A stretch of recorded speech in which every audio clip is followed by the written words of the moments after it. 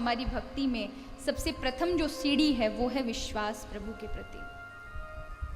इसलिए भगवान के प्रति पक्का विश्वास होना चाहिए। और ये भागवत कथा क्या करती है? बोले भागवत कथा भगवान के प्रति केवल विश्वास नहीं बढ़ाती, बल्कि प्रभु के प्रति प्रेम भी जागृत कर देती है। आप सब कुछ कर सकते हैं, आप तीर्थों में जा सकते हैं, आप कथा सुन सकते हैं, आप जाप कर सकते हैं, कदंचित सत्संग भी श्रवण कर सकते हैं,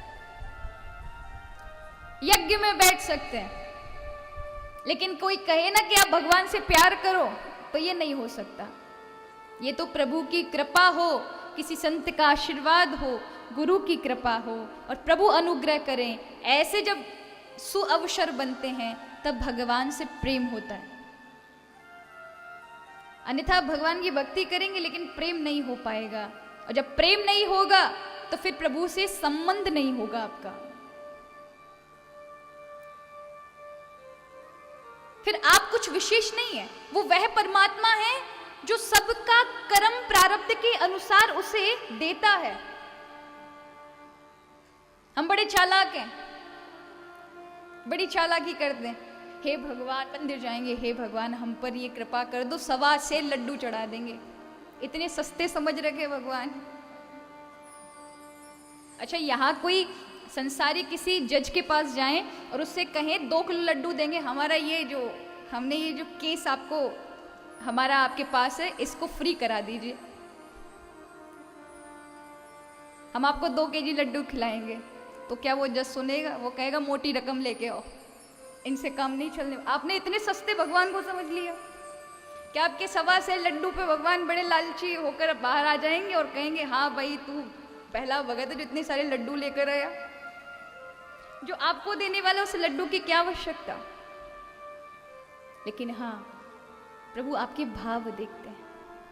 ऐसी भक्ति नहीं होती कि मंदिर में घंटी बजाने चले गए, जब आवश्यकता लगी तब तो, क्योंकि आजकल माता पिता भी यही सिखाते हैं बच्चों को कि जब एग्जाम पास में आते हैं तो बच्चों से कहते जाओ मंदिर, और पूरे साल बिल्कुल मंदिर मत जाओ, बस एग्जाम निकट आए, परीक्षा आए तो बस घंटी बजाने चले जाओ, तुम अच्छे नंबर से पास हो जाओगे।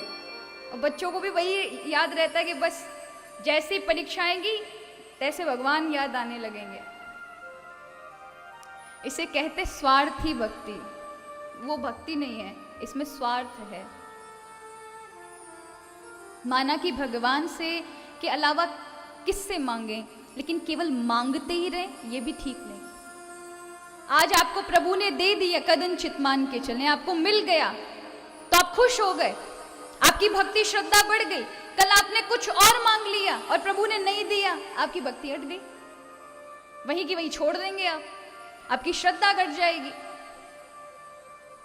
होते ना, कई कई लोग बोलते हैं अजी हम बड़ी भक्ति करते थे पहले भगवान की, मैं जब बचपन में थी बड़ी भक्ति करती थी, लेकिन फिर इतने वर्ष क्यों इंटरवल लगा दिया? तो बोलती मैं बचपन में रीढ़ की हड्डी से परेशान थी, इतना भजन पूजा करती थी, भगवान कैसा था? मैंने एक दिन बोला कि तुम कैसे भगवान हो, मैं रात दिन आपकी सेवा करती हूँ, पूजा करती हूँ, आपने मेरी रीढ़ की हड्डी ठीक नहीं की।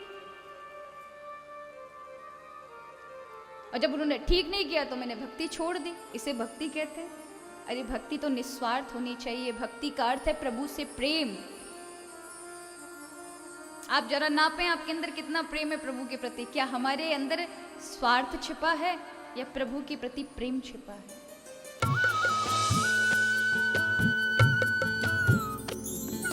सर्वधर्म संगम, धर्म के सच्चे प्रहरी।